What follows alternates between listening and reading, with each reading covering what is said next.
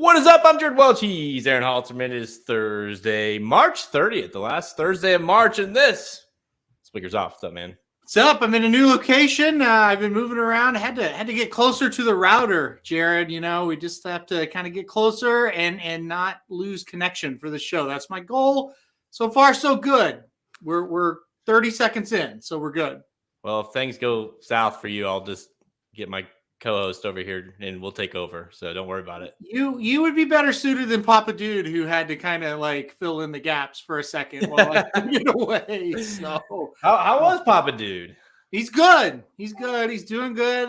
He had a rant about baseball earlier today, but other than that, he's doing pretty good. And listen, I meant to open the show with asking you, what's it like being a racist? Okay. I really didn't think you'd ask me that. Well, apparently I hate the Japanese. I it feels the same way as it felt yesterday. I don't know. I somehow I guess I have a deep-seated hatred for Japan. It's really crazy. You know, the YouTube commenters, and God bless all of them for commenting. I think it only helps when they comment. But some of the things people say to you when you disagree with, get this, a horse that they might like. Yes, a horse, not a political statement, you know, not anything important, a horse. Then you get called a racist, a loser, a POS, I don't know. He called you like 4 or 5 different things. And I almost wrote him back and I said, you guys disagree about a racehorse. And to be fair, in Magic's words, I wish he would have been more mean, because I thought that video was I don't think that he's going to win. By the way, we're talking about, if you go watch the Derma Sotogaki video on our YouTube channel, Racing Dudes YouTube channel, to search for that. You just search that horse's name in YouTube and you're going to find the video. Blowing up. And all I said, I don't think he's going to win the Kentucky Derby, and here's why. And I feel like I laid it out very straightforward. And by the way, I said, like, I think Japan's going to win one in the next 5 or 6 years. Yeah. I never and then his response was I was racist against Japan and the Japanese, and I don't ever hate. But I was like, my first thought was, does he not ever see the your horse can't win the Kentucky Derby list? Because he would really hate that one. It's incredible when you see some of these comments, and you know, some of them are just like, you may eat words on that one. Hey, that's a nice comment, you know, like, or hey, I strongly disagree, but we'll see. You know, those are nice, but yeah, evidently you are racist against Japan here. I'm going to read some of the stuff he said. You are racist against the Japanese. Just read the exact comment. It's impossible to read this. First of all, the guy's name is, or gal, could be a gal. The person's name is Shared Belief. They spelled belief incorrectly. So that was problem. Solid, yeah. It's a lot of rants, a lot of capital letters. You're racist against the Japanese. You're effing disgusting. The fans that support you should hold you accountable for this opinion on a racehorse from the UAE Derby. Let's see. Borderline racism again. Even if you're not a racist, you are clearly racist towards this horse. Let's see. You're a below average handicapper. I tend to agree with that one. And you are a clown. You are a POS, and all you talk is crap. So, yeah, it's nice to do the show with you today. Well, it's you know, one thing you learn real quick when you start, quote unquote, a public figure, at least in horse racing, is you just got to move on. You can't look at the comments, can't even take them to heart, because the internet's full of mean people, really, really bad people, it feels like, and just who you miss a bet, or you miss the guide's bad, or, you know, whatever it is, it's like they just instantly hate you. And very emotional game. But yeah, I feel like from a scale of 1 to 10, like 10 being the like super mean, I hate this horse, like that video was like a 4. Like I could do much worse. Right. And to be clear, we're not upset about it. I brought it up because I thought it was hilarious. I have been laughing about this. I'm giving it attention because I think it's hilarious, not because I'm upset or angry at the person. It's just like, oh my gosh, like, guy, just you gotta maybe get off the internet, Yeah. get off your computers, go do something. Well, Like, I told Magic, by the way, we're definitely not talking about you, Truth Exposed. We no, understand our yeah, relationship. Like it's fine. And by the way, I think that was Magic commenting to you, not me this time around. But no, like, I mean, what do you like? I feel like I made a case. It's yeah. gonna be that's horse racing, right? You're either right or you're wrong, and in fact, during my research, I kind of started to like the horse a little bit, and so I'm like, I feel like I was very fair with the horse. I think it. By the way, I saw it somewhere. UAE Derby winners 0 for 18. Oh, Mhm. UAE Derby runners, I should say. I'm sorry, are 0 for 18 in the Kentucky Derby. Japanese runners 0 for 4. Those are just some of the kind of highlights of the video. Make sure you go watch that video if you want. Just kind of I lay out the stats, the details, and then I obviously think that we're going to see one sooner than rather than later. But apparently, I don't even shared belief. I mean, I told Magic, I said, listen, because he's the one that told me, he's like, dude, you need to do, because I'm the dude of the group that's known. Like, if there's a hot topic, I'll talk about it, right? Right. And he's like, you need to do one on that horse. I'm like, all right. And then he's like, oh, you should have been more mean. I was like, dude, if this horse wins the Kentucky Derby, all emails are going directed to you. Like when they hated on me, like I'm just sending them to you because you told me to do it. And you want me to be mean about a horse that I kind of like now. So just chill. Well, YouTube, you kind of know by now, if you've been in YouTube a while, what people are interested in watching and what people kind of want to watch. And it was like the Tappa Trice video you did. You knew that could get people fired up because he's a polarizing horse. You either love him or you hate him. And it's the same. Well, maybe hate's not kind of a strong word. You hate him for the Derby, let's say.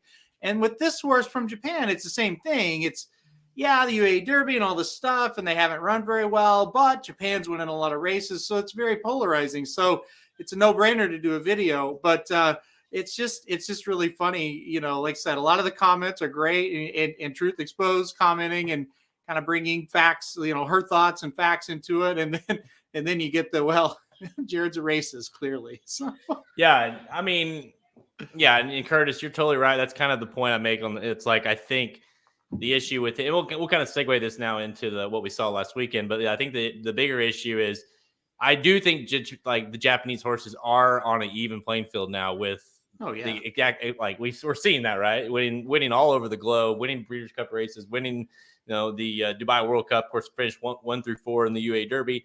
Like it used to be like, well, they can't compete just because they're not bred well enough. They're not focused. We dominate dirt racing. It's not the case anymore. No. I think the bigger issue is the path to get to the Derby. You get to that Derby gate. There's 19 other horses. It's a whole other ball game. Lots can go wrong, and we've seen that time and time again with horses that aren't really used to it. I think what you need to see is start seeing these horses come over here. We're going to have one. What is it, Mandarin Hero or something like that in the Santa Anita Derby. Probably like their seahorse or so, if you want to quantify it that way in Japanese horses. We need to see some of these good ones come over earlier and start training over here, and I think that's when you're going to see it. Yeah, and I told you Saturday, I said, make that one at your own risk. Talking about that video, make that video at your own risk because they're winning all these international races, and it's going to happen. I don't know if it's going to be this horse. We'll see as we get a little bit closer. I'm not worried about it quite yet, but it is going to happen because they haven't just caught up. They passed us by, and they passed everybody by. You just look at these big days, and they're winning like crazy. They came over here. They didn't have a lot of luck last year at the Breeders' Cup 2 years ago. Had some winners, so it's going to happen. We'll see. We'll see if it's a Derby, and hopefully it is. And that way, that video can come full circle for you, Jared. I know. I know you. I know. Really, Magic's probably dying. He's like hoping this horse wins just to see. I mean, if any, I do everything for the views, Halterman, and that will get us views. Okay. Yeah. So if I have to take one for the team, I will. All right. So obviously, we talked about this horse in depth. Kings Barnes is kind of the main winner of the weekend in terms of winning the Louisiana Derby. lot of he's not certainly not as hot topic as that horse, but you are. I feel like we're seeing a lot of one way or another with him after that effort because he walked on the lead. No one challenged him. This pace was so slow and just kind of cruised around there. How do you look at him moving forward? He's a tricky one. You and I were texting about it after the race. Like, he's an issue for the Derby because we're not going to see him again. And you really don't know. I feel like we didn't learn a lot about him. I feel like we learned that he's good. Like, you got to be good enough to do what he did, right? But can he handle pace pressure? Can he come off of it and do it impressively? But he's going to have to do it in the Derby. Like, I just don't know that we learned a ton from it. Yeah, it was weird. I thought he would face a little bit more pace pressure than he did in the Louisiana Derby. Not a ton, but I thought there'd be a couple of horses. I thought Jace's Road would for sure go out there, kind of impress him, and he didn't go with him, and he really walked the dog on the front end, and that was it. The trip will be very different in the Derby for sure. But it's good news if you like Kings Barnes. He's one that has won from off of it before. In the Tampa Bay allowance race, he was not on the lead, and he was able to rally and win. It wasn't that great of a field, but still, he was able to rally and win. He doesn't look to me like a type that's going to be headstrong to get the lead. So he showed a lot. I thought he was really good. He stepped up and ran really, really well. I got to give him a ton of credit. He was a horse I didn't want any part of at that price. I man enough to admit I was wrong for sure. The way he ran, he could have been 6-5, and it would have been a great bet because he absolutely, at no point did it look like he was going to lose the race. So I got to give him a ton of credit. And like I said, you don't want to take, hey, I hated him in Louisiana, so now I can't do anything with him in the Derby. You got another data point. You can look at it. You can reevaluate. It's kind of going to be the theme of my pick in the Arkansas Derby a little bit later today. And you can't be just, hard-headed about it. You got to admit when you were wrong. I was definitely wrong. I didn't think you'd run that well. Why can't he go do that in Kentucky and at least be up there with a shot to hit the board, right? Yeah, and obviously we're starting to say, not starting to, it's happening. I mean, you have Forte running this weekend. Of course, Kings Barn last weekend. Tabit Trice the following weekend. The horses are just piling up for Todd Pletcher as he runs all these horses. It sounds like he might have one in the wood that could get some points. Like, he might legitimately have 5 or 6 horses in the Kentucky Derby. And I mean, we've seen that before where he's got a bunch in the race, but typically it's like they're not super exciting but in this kind of sense, I'll just talk about those 3. You've got Kings Barn, who seemingly might be closer to the lead, Forte, who's going to be off of it, and then you got Tabit Trice all the way, we'll see what he does in the bluegrass, but off of it, way off of it. So he definitely has 3 seemingly legit shots and 3 horses that seem to be getting better. That's what's key too, that seem to be getting better as, Forte's obviously, but he is, like, the way he's progressing this horse in his 3-year-old season, seem to be getting better, for that first Saturday of May, which we've seen before with him. Right now, the way I kind of look at this thing is Kings Barnes, the leader in the clubhouse for Pletcher, right? He's done. He's going to the Derby next. He's the leader. Forte's out on like the 15th hole, and he's got a 4-shot lead on Kings Barnes. So he just doesn't need to make a triple on 18 or make a triple in the Florida Derby, right? Yeah. And then you got Tabit Trice out there, and he's only about 5 behind, but he's got 9 holes left to play. And he's got a ton of talent, and he just had a good front 9. And if he can pair up a back 9 like that, he may make a late run at this thing. That's how I look at the 3 Pletchers right now. Whether that's wrong or stupid or whatever, that's just how I look at it. Because the bottom line is, only one of them has completed their last prep. They passed it with flying colors. So we know he's there. We know he's in the Derby. We know he's in the lead as far as how that goes, as far as the horses that have made their last finishes or last races. But you got 2 big monsters out there waiting to go. So all we can do is next week judge what Forte did in the Florida Derby as we sit here next week on the show and go from there. Yeah, Tabit Trice is like the horse, we'll go up the guy that can, he can shoot like 12 under and around. He can also blow up and shoot an 80. Like, you don't know what he's really going to do yet.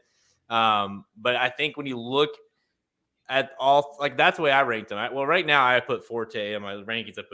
Forte stayed number 1. Then, obviously Kings Barnes I put, and then Tabit Trice. I still think that Tabit Trice might be, and I say that very cautiously, might be the best of the three. But I just don't know that, you know what I mean? Like, I don't know if you feel that way too, but it's like, there's still so like, he's got to show a different dimension. He can't do what he's been doing, but when he does that running in these races, he looks so impressive. And if he can kind of figure it all out, he might be the most impressive horse that's coming into the race at the best time. But Forte also feels like the epicenter of this year, where he's going to go and he's going to give you the effort. So you're going to have to beat him. If he wins the Florida Derby, like, we may or may not project, stay tuned to the show. But if he does, you would have to think he's the horse that will say, well, he checks all the boxes, right? He all the Derby boxes he checks. And sometimes those horses win, and sometimes those horses are epicenter and they get beat, that's just plain and simple. That's not a knock on epicenter. That's just the latest one. That sometimes you check all the boxes and you run a race that should win and you get beat because it's the Derby. Forte feels like that horse right now. Again, he got a little more to go.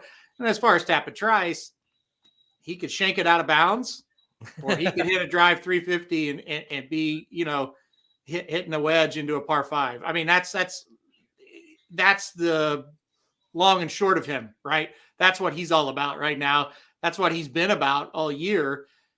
We'll just see. I mean, the Bluegrass, it won't be a stiff test, but it'll be a much tougher race than the Tampa Bay Derby. And you've said it many times, and you could not be more right. Like, he's one of those horses, is particularly that so glad we get to see one more time, because if we didn't, there'd be a lot more question marks going into that Derby, just like we have maybe with Kings Barnes a bit. Yeah, yep. Forte, I'm with you. We'll talk more about Forte. Real quickly before Kings Barnes, two fills. I wanted to bring this horse up because you, my friend, went and ranked this horse in the top 5 after that effort in the at Turfway. How do you rank him top 5 after that? Oh, I thought he was far and away the most impressive prep we've had since Forte and Practical Move. I thought the race at Turfway was just fantastic. And you pair that up with the races that he's run on the dirt, he just kind of feels like a horse that's going to get a kind of a mid-pack stalking trip, make first run, get the lead, probably going to get past late. But I think this horse is a lock to use in that second and third spot underneath. And listen, if he can repeat that effort on the dirt, that's one of the best races I've seen. Listen, he was going head-to-head there at the top of the stretch with Major Dude. He dusted Major Dude like he was a claimer. Oh, by the way, Major Dude finishes well ahead of the third place horse for second. I know it's synthetic, but I've seen him on the dirt too, and he hasn't been bad. I think he definitely deserves to be up there in the top 5. It was a no-brainer for me. His issue for me is going to be, he's going to be too, well, we'll see, I guess. We'll see what his odds are. But, like, I also am worried that with you, like, we talked a lot about it last week, like, his dirt races were good, and we're like, well, if he could do synthetic, then he's probably the class of this field, right? And he showed it. Now, did he get propelled? Was it a matter of him just getting better, or was it a matter of the synthetic benefit him more, and he goes back to dirt and he will be a little slower and just won't be quite as good? That's the question mark. But I agree, like, visually, and the number came back super strong. Like, all the numbers showed that it was a legit performance. And this is a horse obviously it was a really smart move by the ownership to make that decision to kind of go around the Louisiana Derby and find a softer spot, and man, it worked out well. I think the biggest thing, Larry Ravelli is really, really good with synthetic horses. He used to, when Arlington was still around, would dominate up there. So it could just be that this horse is a monster on synthetic, but I'll throw this up here because I kind of agree with Curtis a little bit. We know he shows up on the dirt. Like, he hasn't been awful on it. And he's kind of like Red Route 1, except he wins sometimes, and he sits a lot closer. Mm-hmm. That's the big key with him. He's going to get the trip. Now, he may turn for home and he may fall apart, but I really think this horse is pretty darn good, and I thought he took a big step forward. I didn't hate him anyway. If he would have been in Louisiana Derby, I probably would have had him, second, third, somewhere around in there. So I don't know. I just think he's pretty darn good. And listen, we've seen that Jeff Ruby Stakes or Spiral when it used to be the Spiral. They don't do bad coming out of that race. They really don't. Last year had the winner. Animal Kingdom won from there. So I think since he does have some proven dirt form, I think he's one you got to rank up there pretty high. What do you do with Major Dude? I don't know that I've heard. Are they going to go to the Derby with him? I mean, he got the points. I wouldn't, but they might try it. I mean, they obviously sent him there to try to get him to the Derby. 40 points probably will get you in. I wouldn't, but it's the Derby. I bet they try it. I mean, there's a Pletcher that shouldn't be in the race that's going to be in the race. So there, all of a sudden there's what is that? Forte, Tapit Tries, Kings Barnes, Major Dude, and then maybe like a classic catch if he was to do something at the Wood Memorial. Yeah, I mean, and that's another, and like he's going to get him in, like, and that's kind of his MO, right? Like Pletcher can get horses into the Derby. Now, can he win with them? That's another thing, but 40 points I think will be enough. Yeah, it would. They're giving away more points this year, so it'll be interesting what the cutoff line will be. But look, I think with Pletcher, there's only 3 you really need to worry about, and whoever else goes or gets in, I don't think that's going to be a factor. Yeah, he may not be going. I don't know. Dennis said he just heard he wasn't going, but be smart. I mean, I think he's probably a turf horse, but yeah, look at this. Yeah, you look comfy back there, buddy. Yeah. Yep, he's being good. You want leftover tacos? Okay. Yeah. I mean, that sounds perfect, doesn't it? Yeah, sound good. I am curious. Like Curtis, he could finish up the blue. I think you're talking about Tapit Tries. He could finish up the track in the bluegrass, but what are your reasonings behind that? Because to me, I don't see a horse like he may not win, but he's a horse that is. There's no distance limitations. We've seen that whether they go fast or slow up front, like he's going to come running. He seems like a horse that's going to, he's going to bring it and up the track. I mean, he's simply going to have something happen. I feel like if he's going to do that. Learned a long time ago. I don't worry about the race till they draw it. I'm not going to have any preconceived notion about any horse going to that race. I mean, that's just how it is. I'm not worried about it. When they draw, I'll let you know, but I don't have any kind of thought on him right now. I mean, it just depends on who shows up. They said that Major Dude's not going, so probably a smart idea. But it's one of those things I feel like too, like if he was your only shot, you're probably going.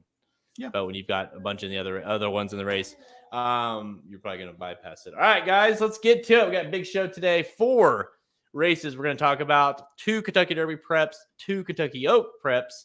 We're going to go to Gulfstream. We're going to go to Oaklawn, the $1 million Florida Derby, the $1.25 million Arkansas Derby, the $250K Gulfstream Park Oaks, and the $600,000 Fantasy Stakes. Let's go. Man, these are these. I'm interested. I don't know. I don't know. I don't have a good feel for the Oaks. I don't know if anybody does, honestly, but I'm just waiting to see something that can get me excited for one of these Oaks horses. Well, you might be waiting a little longer. I don't know about these races either. Yeah, I mean, Curtis says he breaks off while he has to run outside of horses. Keeneland track isn't conducive to deep closers usually. Well, neither is Tampa. So to me, I get it. Like he can't do that. Those are all really good reasons why he's not going to win the Kentucky Derby, in my opinion.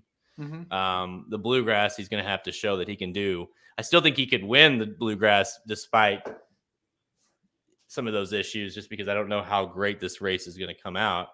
But if he does win that same way, let's put it this way: if he does win that way, like he did in Tampa, I'm going to be like, wow, I'm glad I got, he won, but I can't pick him to win the Derby because he's going to run into trouble in the Derby. It's just going to happen.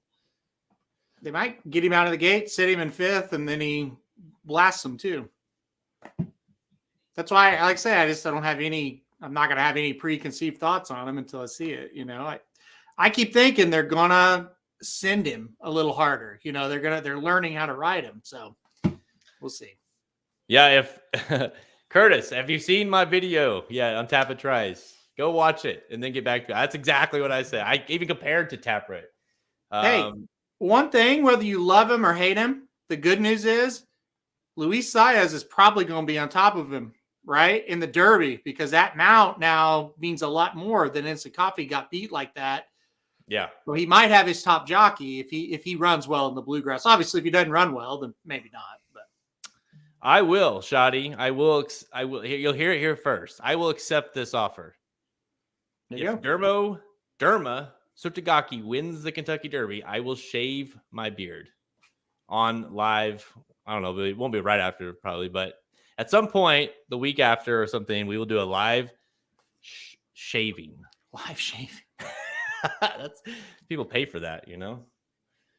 My beard. Come on. Let's go. They got something to root for, Shoddy. All right. Let's do the. What do you want to do Florida Derby first? Let's do the Florida Derby first. We're off the rails now after that. Hey, don't look at me. That was not my idea. Okay. Accepting the offer. I'm not afraid. Make it interesting. I'm fine with the bet. Can we make part of the deal, Shoddy, that Halterman has to shave it? No. We can't. I think we should. I don't think so. Oh boy. I think that sounds awful. All right. Saturday, Gulfstream Park, race 14, the Curlin, Florida Derby. Grade 1, it's going to go off at 6:40 p.m. Eastern time, $1 million race for 3-year-olds going 1 and 1/8 miles. Of course, this is the highlight Derby prep race at Gulfstream Park this season, 140, 30, 20, 10. This is it, folks. We are in the final stretch here of Derby preps, whether it be Gulfstream, whether it be at Arkansas, whether it be at Keeneland, whether it be at Aqueduct, where all these races, like we're going to start seeing Santa Anita. They're all happening these next couple weeks. And we're going to kick things off here with the leader in the clubhouse, at least in my eyes, Forte, sitting here at 4-5 on the morning line. Obviously, he's your 2-year-old champion. He came back, looked amazing in the Fountain of Youth off the layoff. Draws outside, Halterman. I guess if you are just simply not a chalk player, you're just not, no matter what, you're not going to play him. You have an excuse to try to beat him. I guess drawing outside is, especially going to mile 8 at Gulfstream Park, is really hard to win it. Yeah, I mean, that's the thing. If you got another horse that you like a little bit, you do kind of have that hope of he'll have, the big favorite will have a poor trip and it'll just be tough for him to win. But I'm kind of skeptical that's going to happen. I think he might get hung wide on the first turn, but really, even if he gets hung a little wide on both turns, is it really going to make that much of a difference against this group? That's where I'm at. There's just nobody to get real excited about here. A lot of filler in this race. A horse like Fort Bragg comes in and he's the second choice. And I don't hate Fort Bragg at all, but man, you'd think there'd be somebody else in the Florida Derby that would take more money than him, but there's probably not. Cyclone Mischief, a horse we really haven't liked, ran better last time, but still, if he wasn't going to win then, when is he ever going to? I couldn't go against him. And, when he drew the 11, I saw the tweets. I was like, well, let's see if there's somebody in here now. This is interesting. He should win even if he gets a wide trip. I've got to go with him. I think Forte gets it done. The 11 hole is interesting. We'll get to see, hey, can he overcome, a tough trip and beat, a semi-weak field? Maybe. So we'll get to kind of see if he gets a rough trip, what does he look like? But end of the day, I think he wins. Yeah, I think was it I may have misremembered, but wasn't it Gargan that kind of came out publicly and kind of criticized some of the horses that were in this race? Did I make that up? Mm-hmm. Yeah. About being I can't believe basically some of these horses are in this race. These trainers basically, what a joke. And there's a few, Safi's got 4 and honestly, one maybe belongs, maybe. Mm-hmm. And so it's just, it definitely feels like filler.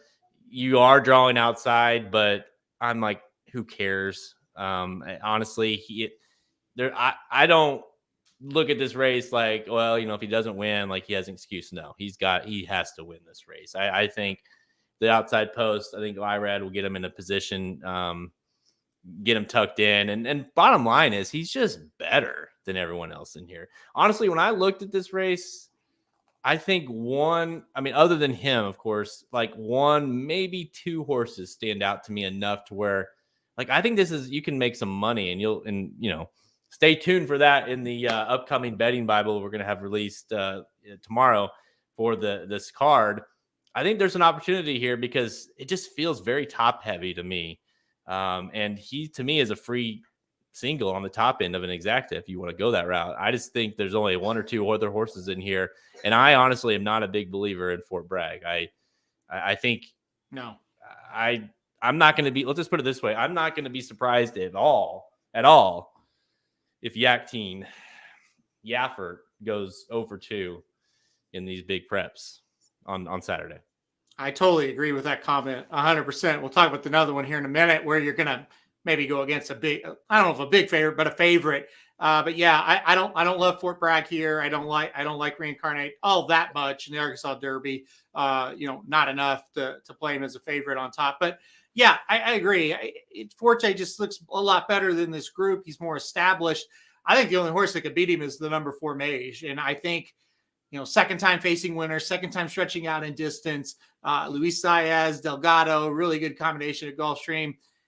Really didn't have anything go his way last time out in the Fountain of Youth and still ran pretty darn well. If he gets more of his desired trip, maybe he can pull an upset if Forte has a little bit of trouble. So that's kind of the one I'm looking at as the alternative there. I'll bypass some of those shorter prices with WNL and Fort Bragg and Cyclone Mischief. I'll kind of bypass those and put Mage as the horse that might be able to beat him. And look, he's going to have to get a better trip. He's going to have to get the lead, and hopefully they just can't catch him. Yeah, I mean, that's the thing. It's a factor of at least what we've seen his last couple efforts. Not only is Forte going to have to, the outside post position going to have an effect, but he's going to have to regress somewhat drastically. And on top of that, have Mage or have Cyclone or any of these increase pretty dramatically as well. So they're both going to have to happen, in my opinion, in order to get him beat a horse like Forte. I just, I would love to have seen like somebody else in here, just somebody decent enough to give him a little bit of a test. But, here's the thing. Like, I think I'm not going to spoil it, but he's not my pick, but I think he could very well be my pick in the Arkansas Derby, and that's Rocket Can. And Forte demolished him last out. You know what I mean? And he demolished Cave Rock in the Breeders' Cup. He demolished Red Route 1 and Loggins, and all these horses that we kind of like, or we do like. I just think he's a class above everyone else. And I've said it. I feel like I've said it since January, and I'm going to keep saying it. Like, I just think this might be that year where no one really comes and stands out. And it's just like Forte is just, he did get better. Don't get me wrong, but he kind of just boom, boom, boom, boom, boom. Like, I just am doing my thing. You know what I mean? Like, I'm just above everybody else. I think that last comment you made, he did get better and he did. Now, can he make one more kind of step up, right, coming into the Derby? And I think this is a good test for that because of the 11 hole. Like, if he has a little bit of a rough trip, is he still going to look like a monster, or will he kind of come back to him a little bit and maybe, maybe he loses, sure, but maybe he wins and it's like, that wasn't that impressive. And then he draws wide again and somebody draws towards the inside in the Derby and you're like, hey, we can beat him. So I do think from that standpoint, it is kind of important to see, are we progressing or are we going to be right at that 98, 100 buyer range? And that's where we're at, right?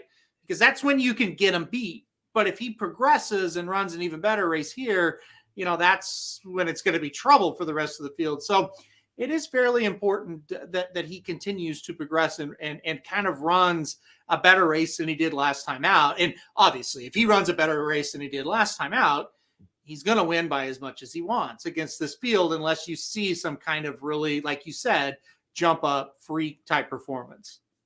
Yeah, I mean, he ran in the juvenile, he ran 100 buyer.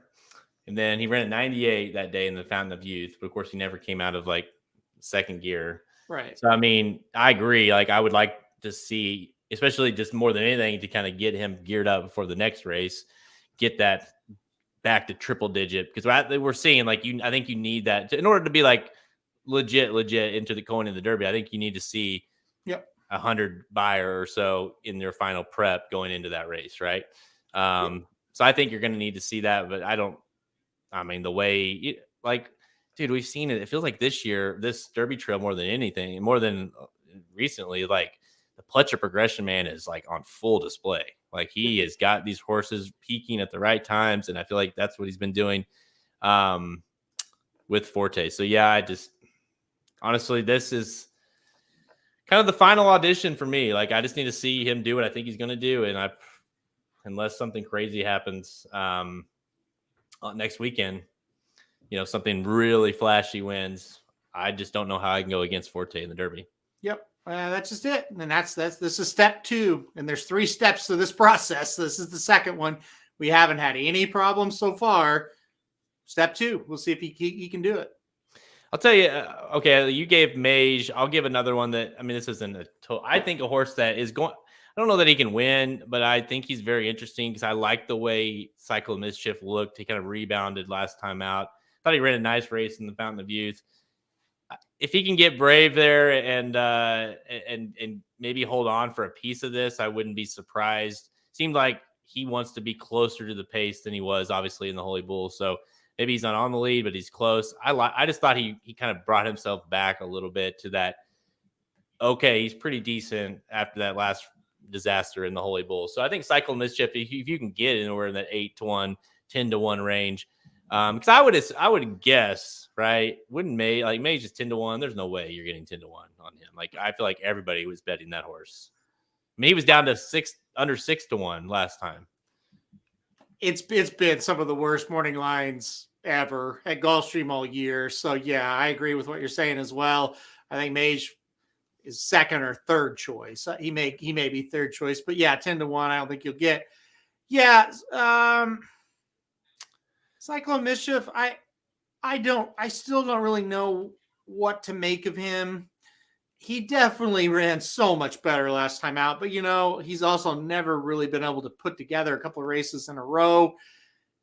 I'm with you. He should run a decent race. I would not pick him to win, but I think he'll show up with some sort of effort in this one. I don't think he'll no-show it. I think he's interesting. My point of that is I think he's interesting to key underneath in some spots, whereas Mage might be overbet to key underneath. He might not be, but I think he might run really well. Who would you rather have, Fort Bragg let's just call him the 12. Dubinel, is that how you say it?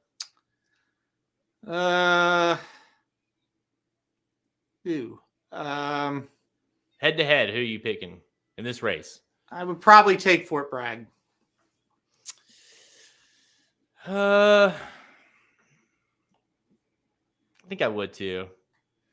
It's close. I don't want either one of them. I think that's a battle for like fourth, fifth, sixth, something like that.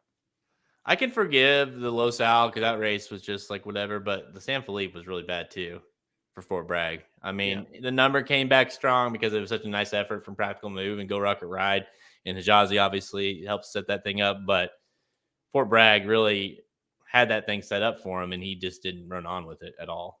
Yeah, for sure. So I'm with you. I'm kind of against Fort Bragg here. Forte is no doubt about it for us. We're single him, play him, key him, whatever. Forte is going to win the Florida Derby. One thing I'll say about the 12 there, if you don't think Forte can win from the 11, you certainly don't think the 12 can win from the 12.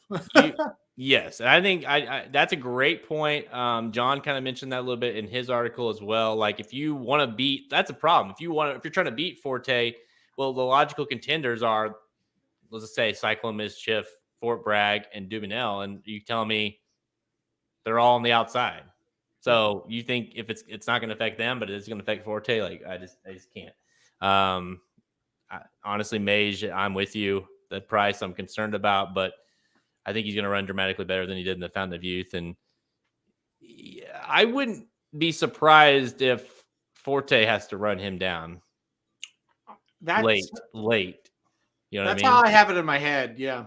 Like, I don't necessarily feel like it's going to be close, but I do think like we're like, all right, you got to go get him, and he should do, get it done, no doubt. But if it unfolds how I have it in my head, he will be a little scary at the top of the stretch. I'm with you. I don't think he'll have enough of a lead to get him, but it will be a little scary, especially if Forte's been a little wide, been a little softened up by whatever, bad trip, whatever. It might get a little scary. All right, let's go to Oaklawn Park on Saturday for race 12, the Arkansas Derby, grade 1, worth $1.25 million for 3-year-olds, going a mile and 1/8 as well. Kentucky Derby, 100, 40, 30, 20, 10 for your top 5 finishers, and field of 11 here, Halterman. And you know what? This, to me, I looked at this race. Reincarnate is your 5-2 favorite, 3-1 on Red Route 1, 9-2 on Angel of Empire. I don't know that this is as far as like quality, Rocket Can is 4-1. As far as quality is like the best race. Like, I feel like we're going to find out a lot about some of these horses here, but from a depth standpoint, this is a really solid race and one of the deeper preps we've had so far. Yeah, I don't really know what's going to happen in this one. It does have a feel of one of those races where they could all just kind of be a little average or above average, or one could jump up and really make, a nice progression. You can make a lot of arguments for a few of these to kind of, make that next step up the ladder. End of the day, though, I think we're going to watch this race and go, okay, a couple of these are okay, but none of them are like superstars. I really feel like that's what's going to happen. So with that being said, for the first time in his career, I'm picking Red Route 1 to win a race. I'm going number 10, Red Route 1. All right, here's the reasoning. I think now is the time to play him, obviously. A lot of pace in the race. I do think there'll be pace with Harlow Cap and Two Eagles River. I think you're going to see pace. I love the jockey change back to Tyler Gaffalione. If you look at how this horse ran the last time Gaffalione was aboard, he sat a lot closer. I'm not saying he was on the lead, but he was only a couple of lengths behind in that Kentucky Jockey Club, and then he got stopped 4 or 5 times, or he probably would have won that race. Then after that, we're 19 lengths out of it, and I just think getting Gaffalione back, adding the blinkers, Asmussen right after the Rebels said, we've got to get him closer, period. And if he's not good doing that, then at least we know what we got. But he's never going to win from where he's at. We got to get him closer. I think they've taken a lot of steps to try it. I think with Gaffalione aboard, that was the tipping point. I'm going to give Red Route 1 a shot in this one. Boy, look at you. Here's the problem with picking him, in my opinion, is the odds are way too low to play him at 3-1. Like, yeah. I understand why you're picking him, just if you just looked at just nothing else other than if they can win. But from a value, I mean, this horse has been 10-1, 15-1, 9-1, was 3-1 the street since loss. But, it's been large prices and obviously hadn't got the job done. And now you're getting 3-1 on him for his toughest race of his career. So I think for those reasons, that's why I'm playing against him. I do like the fact that T-Gaff is here versus like he was kind of the regular rider for Cyclone Mischief. Of course, he is riding some others on the card as well. But I do like the fact that he's back aboard Red Route 1. I want to ask you about, before I go into this race more, like the other Asmussen horse, number 3, Harlow Cap. This is a horse that we talked a lot about in the Riz the Star because he was kind of like the first Baffert horse that got switched to a different trainer and, kind of showed up unexpectedly. Of course, didn't run great. Ran maybe better than it looked, but I have what do you think is the deal with this guy? Because I wanted to kind of get serious about him.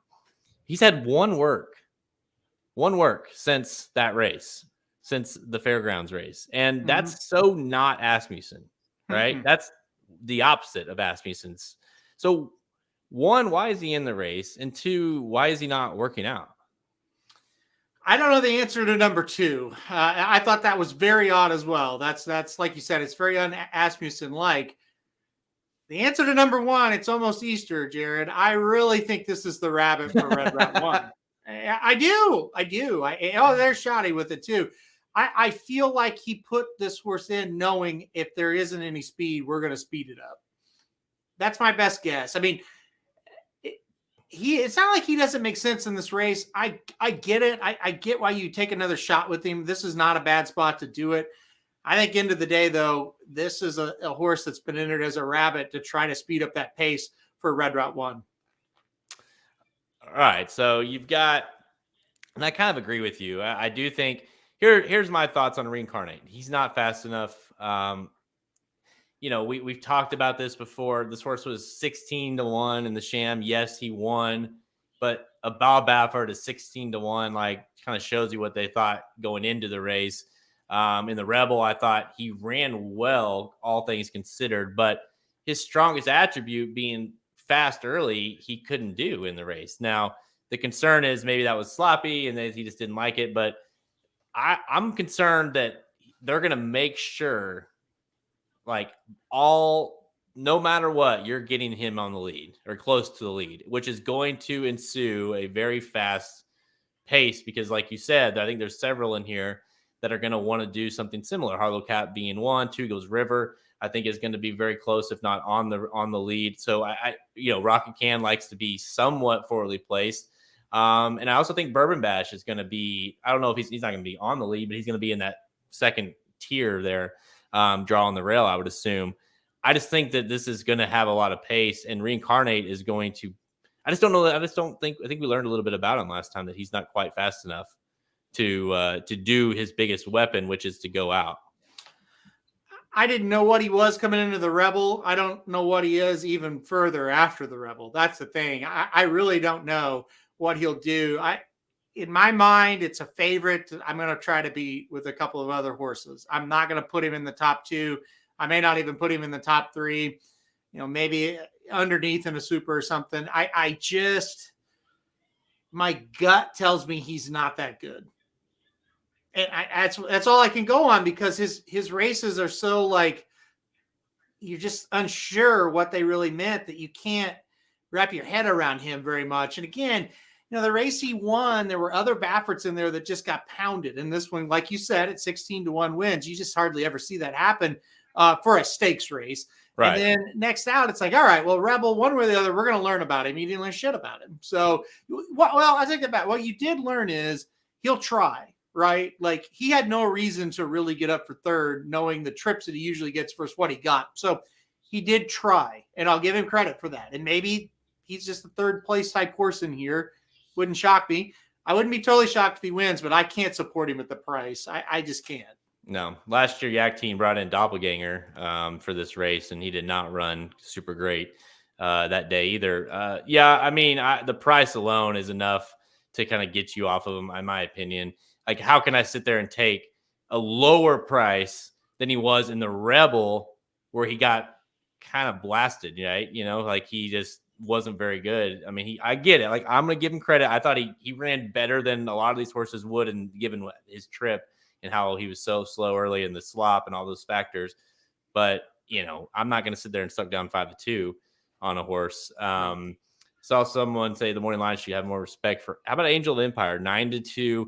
The Risen Star winner comes into this race, bypassing the Florida or the fairground circuit, and back to this horse was second in the Smarty Jones earlier this year to Victory Formation. Came in, got second, then from there went and won the Risen Star at a big price at 13-1 in the Risen Star, and now he shows up here. He, to me, is a horse that I'll say it for me personally, I could be sleeping on. I'm nervous. I am. I love him. I think he makes a ton of sense in here. He's the other one I really want out of this race. I thought, you went back and watched his first race here at Oaklawn, just was chasing a horse with no pace, no big deal, still ran on okay. Ran really good last time out, obviously, to get that win at Fairgrounds. I like him in this spot. The one thing that, and I don't know, so with the way that trainers space horses, it could just be a little bit more than that than anything, but why would you leave Fairgrounds? It seems like he may have been trying to run away from instant coffee a little bit. I don't know if that's the case or not. Maybe they just like the spacing of this a little bit more, but that's kind of the one. Well, there you go, Dennis. You're right about it. It does seem like he's kind of dodging a bit, but you look at this race and it's like, shit, he can beat these horses. So I do like Angel of Empire here as well. All right. Let's go ahead and lay this out here. Who my top pick in this race is, and I'm expecting some backlash, but I looked at this race and let me get I think Rocket Can to me is the most logical winner that I really, if I'm just going to play not play any price. I think, that being that he's got second to Forte, and I thought it was a pretty decent second last time out. I don't like Reincarnate. I don't think Red Route 1 can win. I think he's a good horse. I think he's like key him in second and third. Especially at that price, I certainly can't. Angel Empire, I kind of mentioned what I think of him. I think he's possible. I might be sleeping on him a bit. I went with the 1 for Dwayne Lucas, Bourbon Bash. Okay. Now hear me out. Hear me out. This horse, if you need to go watch the Rebel again and watch his trip. He ran a sneaky good race, all things considered. In the first turn, just got smoked, got nailed, went almost hit the outside rail. Gets a drastically, and you have to agree with this, drastically improved jockey than who's been riding him. He gets Gutierrez, who is a very good jockey at Oaklawn. And, he hasn't really rode with Dwayne a lot, but I think the fact that he gets him, I think he's going to be a little more aggressive. We saw he got in that position. He was way wide. Then he actually made a run in the top of the stretch, made a run, and then just, got tired late. But, you look back at the effort before with Gun Pilot, finished second. I think he can be sneaky in here. Really doesn't. If he draws the rail, I think he's gonna need to be a little bit forwardly placed.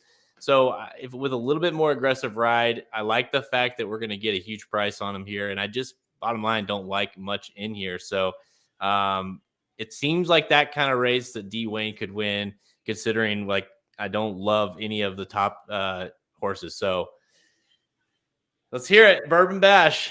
That's my pick. I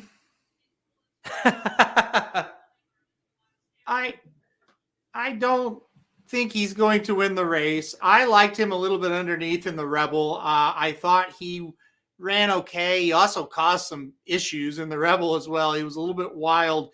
He's definitely one that's trying to figure it out. He's definitely one that, he's getting better. I'll give you that.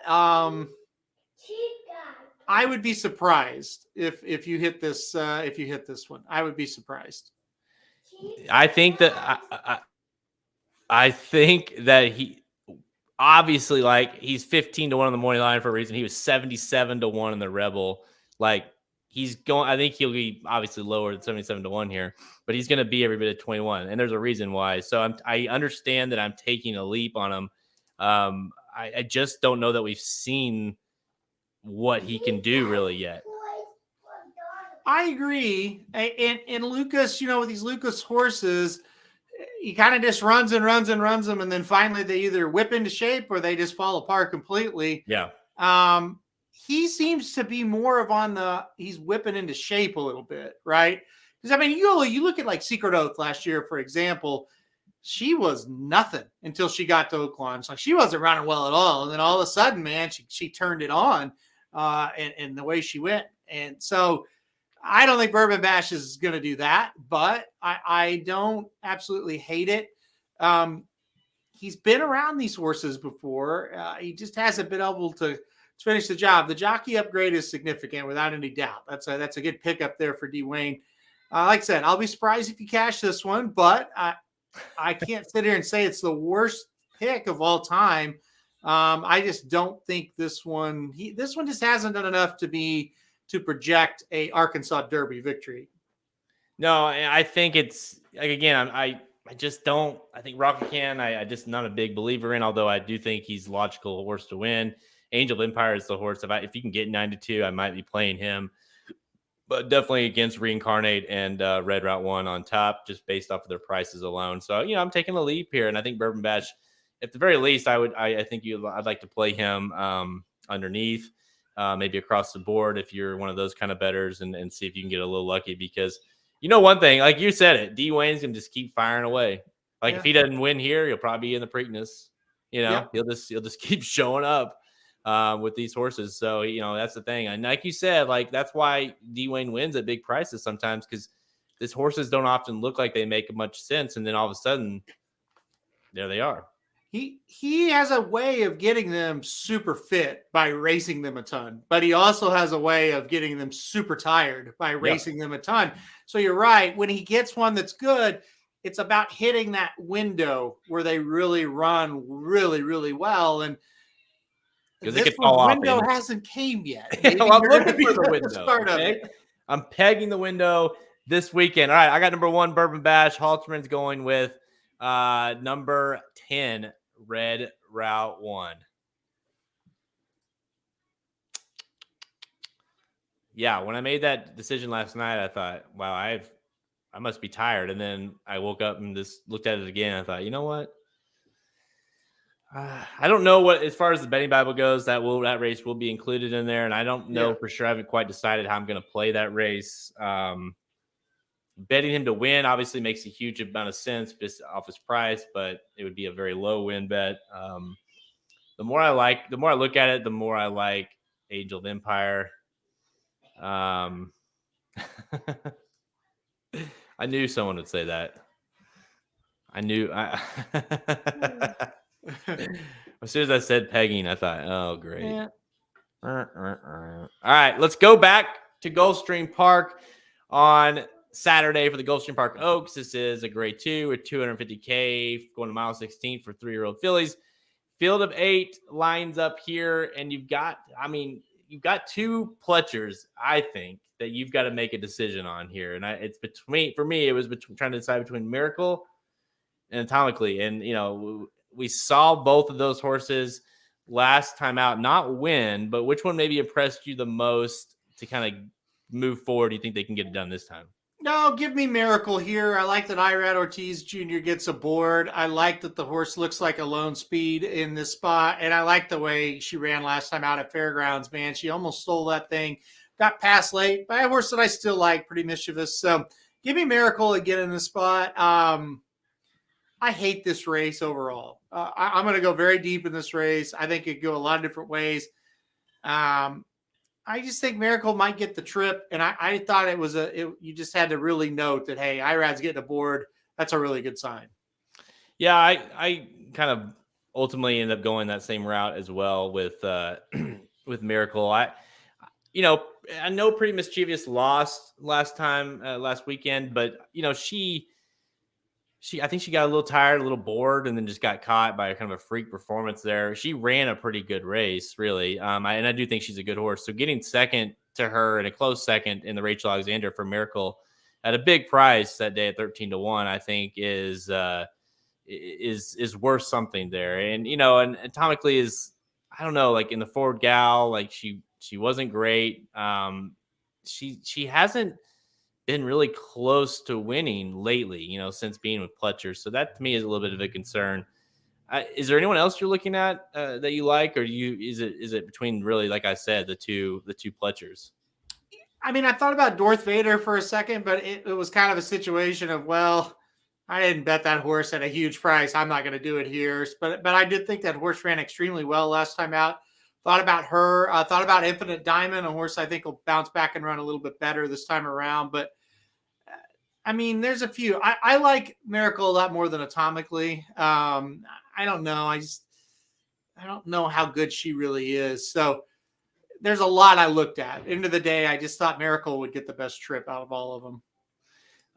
Dennis, I do like that idea as far as how I'd play that horse. I don't know if I'd play a ladder, but I do like an exacta box kind of situation. I know Halterman loves playing exacta boxes, but in the case where you have a price or two, I do like that idea. I'm with you. I like Miracle in this Gulfstream Park Oaks. I think he doesn't type, right? So he uses everything's voice. It's like, yes. And it's so funny. Both my boys, they do that. And they're like, Siri has a hard time sometimes understanding what they're saying. Right. So they're just Yes. like, Yes. Wendy, and just yelling louder and louder.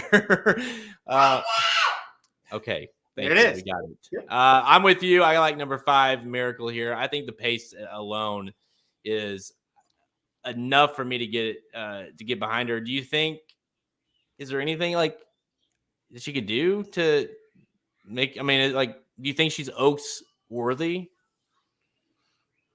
Yeah, it's her second race as a 3-year-old. Back to back going long. Maybe. No would probably be like the smarter answer, but this is an Oaks that's pretty wide open right now. So possibly, yes.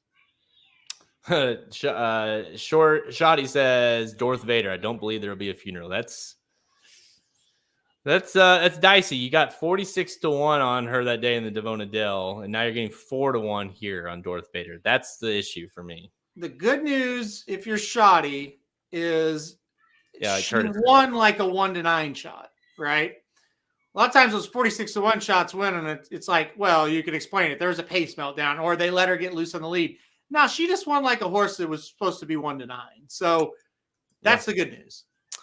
All right, let's go back to Oaklawn Park for the last one here. Race 10, the Fantasy Stakes. Of course, this is prior to the Arkansas Derby. Grade 3, 600K. Fillies 3-year-olds going to mile 16th. Another Oaks prep race, Gulfstream Park Oaks, and this one are both Oaks prep races, 140, 30, 20, 10 for your top 5 finishers. Field of 10 lines up here. And we mentioned the fact that you've got, I think this is an interesting race because I think there's a few in here. T-Gaff, I mentioned he's got Riding Grand Love at a nice price at 8-1, 5-2 on She's Looking Lucky. And the big one here, I think, is Wet Paint, Pratt, Brad Cox, 8-5 morning line favorite. Royal Spalls at 4-1. Are you going Wet Paint here? Yeah, I can't get off Wet Paint. She's been really, really good to me the last 2 races. Backed her pretty heavy, and she came through. I am a bit concerned that, she does have 3 races on the dirt, and they were 3 wins, but they were all 3 over wet tracks. So track should be dry Saturday. They finally have good weather down in Arkansas for this one.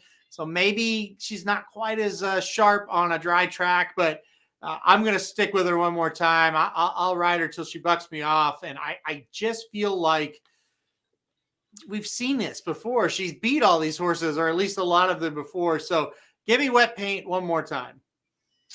Yeah, I think from a standpoint of likely winner, I think she's going to be tough. I went with an oldie, but I'm kind of going back to the board here, and I'm wondering what we're going to see. But I'm going number 2, Grand Love, and I know you're done with that horse, but apparently I'm glutton for punishment. This horse came off the layoff, the Breeders' Cup Juvenile, came off of that into the Honeybee, like you mentioned, that same race with Wet Paint, finished 3rd. No, it was nice. I thought it was a nice effort off the bench. But again, ran sloppy conditions. She did struggle those last 2 going in. They went straight from main special weight to the Pocahontas to the Breeders' Cup to the Honeybee. This horse has been getting tested over and over. But obviously, Asmussen keeps throwing her in these races, thinking that she's going to figure it out at some point. I like the fact that she's got plenty of speed. I think she's going to be the pace of this race. And T-Gaff jumps aboard, who does really well with Steve Asmussen. I think we're going to see a really big effort from her. Is it going to be good enough to win? We'll find out if maybe she just isn't quite good enough. But I feel like that number is approaching to where she can win with just a continually increased buyer if she can makes that next step up. So I think she's in here without a shot, or with a shot, I should say. Number 2, Grand Love for me at 8-1. That's who I have in second. I thought the horse ran okay first off the bench. I think second off the bench will improve. I don't know.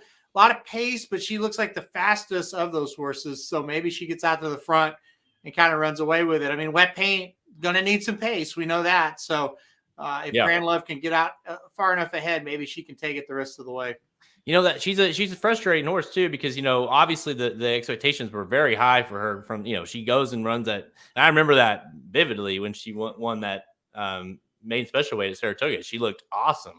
She got a huge buyer that day, or an 84. That's obviously why they jumped her right into stakes competition. She's a gun runner horse. You would think she would want to go long all day, and she really hasn't, since going, 2 turns, she hasn't really quite done it. So maybe she ends up going back to 1 turn where she can, should be a little bit better, but she got an 84 buyer for that debut, which is higher than anything Wet Paint's ever gotten, and so if she can get back to that kind of effort, I think she's in here with a big shot. Because the other thing with Wet Paint is, like, while she's been good, she's not really, like, her last 2 efforts were just like this, like, she ran very similar races. Like, I don't know, she might just be what she is, right? And I don't think that's a bad thing, but I think a big effort from one of these horses could beat her. So that's why I got number 2, Grand Love. Yep. Whoa, he hates that pick.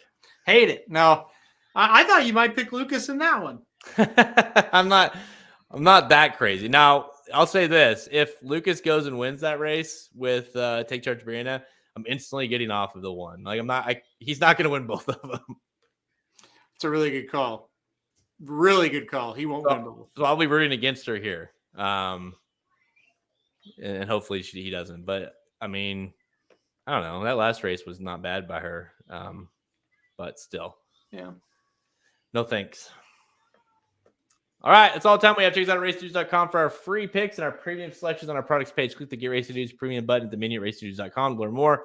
Remember, go check out the Florida Derby Day betting Bible. It's now available for sale. We're still working on that with us, as well as our team of handicappers at racingdudes.com. With this betting Bible, you get pretty much everything you need to bet the entire Florida Derby card, all 14 races, and then you're also going to get the Arkansas Derby as well. Exact bets that Halterman and I will be betting individually from the entire card, as well as pick 4 and pick 5 tickets, pace analysis, how we think each race is going to unfold a little bit from the pace standpoint. ROI is included, so if you've got an idea of how we've been doing, we've only had 1 week under our belts. Struggled a little bit, I would say. I did well starting on the first half of the card, was really good, and then I kind of faltered late. But you haven't, I mean, we're very transparent. You can see how we've done. Then we have top 4 consensus picks from the whole team at racingdudes.com included in that as well. It's now available. Make sure you go get your hands on that. All right. Final thoughts, Halterman. Yeah, it's a really interesting weekend. We're going to have you would think the favorite for the Kentucky Derby will make his final prep here. Let's just see. It's a race. Even from the 11 hole, he shouldn't have a lot of excuses. So big weekend that down in Florida, and a big weekend in Arkansas, and another one of those, what it seems like countless this year. Will someone step up and be better than just average type of races? And we're going to find out. Yeah, we got 2 weeks really of these horses looking to make their final case, right? Of what they are, and who's going to get in, who's not going to get in. It's Forte, obviously, the way I see this unfolding, Forte is going to win. I'm going to have my pick in, and then really, other than I'll say the Bluegrass, because I guess if Tappet Trice were to really look impressive, or the Santana Derby obviously is a huge, there's a bunch in there. I feel like that could make a huge stand. So those are really the 2 ones past Forte.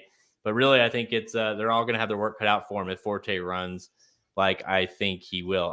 By the way, speaking of Forte, if you want to see who the Magic Mike show likes, here coming up in a little over an hour, they did the Gulfstream Park. They're going to be doing the Gulfstream Park Saturday late pick 5 preview. So make sure you stay tuned for the Magic Mike show. See what crazy horses they might throw in to try to beat Forte, who are they playing in the Gulfstream Park Oaks, all those good ones on that final late pick 5. So make sure you stay tuned for that. Yeah, I got to say, great job, Coop. This has been very good. Last week we wasn't here, but yeah, the last 2 shows he was on, he's a mouse. And today he was actually in the room, which is even more impressive. Mm-hmm. He's been very good. Good job, very good. He deserves a star. You get a star. He's not happy with you right now, actually, Halterman. He's a little upset. What did I do? Well, yesterday, I was, you and I were talking on the phone, right? And I was heading to get Cohen. and I got a miss. I didn't know it. I didn't see it. He apparently Cooper tried to FaceTime me, and you tried to call me. And when I got there, he's like, "Why didn't you answer?" And I was like, "Oh, I didn't see it. I was talking to Aaron." He's like, "I don't care." Well, to be fair, that's not my fault. It's your fault.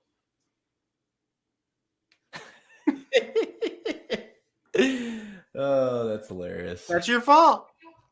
Yeah, everyone's giving you A's, dude. You did a great job, Cooper. All right. Yep. Everyone's applauding. Everyone's saying, "Great job, Cooper." Woohoo. All right, guys. Thanks for tuning in. I'm Jared Welch. He's Aaron Halterman. What's your name back there, sir? Huh? Poopy Welch. Poopy. Thanks for tuning in. Good luck this weekend, guys.